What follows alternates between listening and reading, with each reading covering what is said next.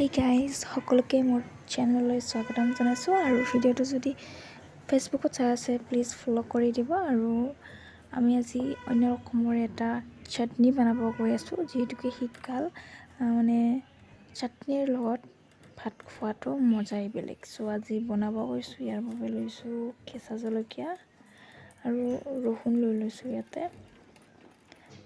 ইয়াৰ পাছত আমি ইউজ কৰিম ইয়াতে ধনিয়া পাত, আৰু আমাক লাগিব ইয়াৰ বাবে পিঁয়াজ। এই 4টা বস্তু হ'লেই আমাৰ হৈ যাব। চ' এইখিনি বস্তু আমি যোগাৰ কৰি লওঁ প্ৰথমতে, তাৰপাছত বনাব ষ্টাৰ্ট কৰিম। আপোনালোকৰ চিম্পল ৰেচিপি হয়, আপোনালোকে বনাই এবাৰ ট্ৰাই কৰি চাব, বহুত বেছি ভাল লাগিব। চ' মই গোটেইখিনি লৈ লৈছোঁ ইয়াতে। আৰু যিহেতুকে আজি মোৰ অৱস্থাটো বেয়া, আপোনালোকে দেখিছে মোৰ কেনেকুৱা হৈ আছে।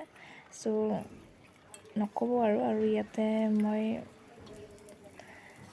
বহাই দিছোঁ ইয়াতে পিঁয়াজ, ৰহুন আৰু জলকীয়া, মছলা পাত ধনিয়া পাত। চ' দি দিছোঁ ইয়াতে।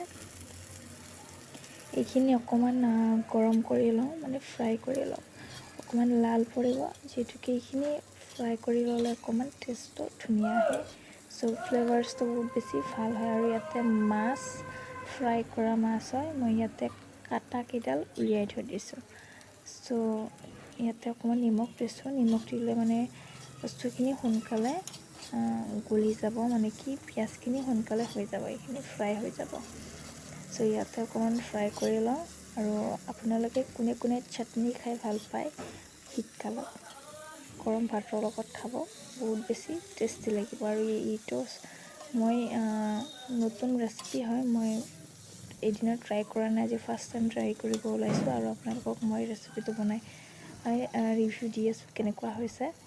চ' আপোনালোকক ঘৰত যাতে ট্ৰাই কৰি চাব পাৰে। ঠিক আছে, আৰু ইয়াতে ফ্ৰাই কৰা হৈ গ'ল। আৰু মোৰ এইখিনি মাছখিনি মই ফ্ৰাই কৰি লৈছোঁ, যিহেতুকে কাঁইটকেইডাল মই ইয়াতে উলিয়াই লৈছোঁ, যাতে কোনো ডিষ্টাৰ্ব নকৰে খাৱাৰ সময়ত। ঠিক আছে, আৰু ইয়াৰ বাবে আমাক এইটো লাগিব। কাৰ ঘৰত আছে জনাব। এইটোত আমি খুন্দিম এইখিনি বস্তু, যিহেতুকে মিক্সি নাই আমাৰ। চ' এইখিনি খুন্দি এইখিনি চাটনি হৈ গ'ল। অকণমান গুড়া হ'ব লাগিব, অকণমান গুড়া, ইমান মিহিও নালাগে। ঠিক আছে, আমাৰ চাটনি ৰেডি হৈ গ'ল।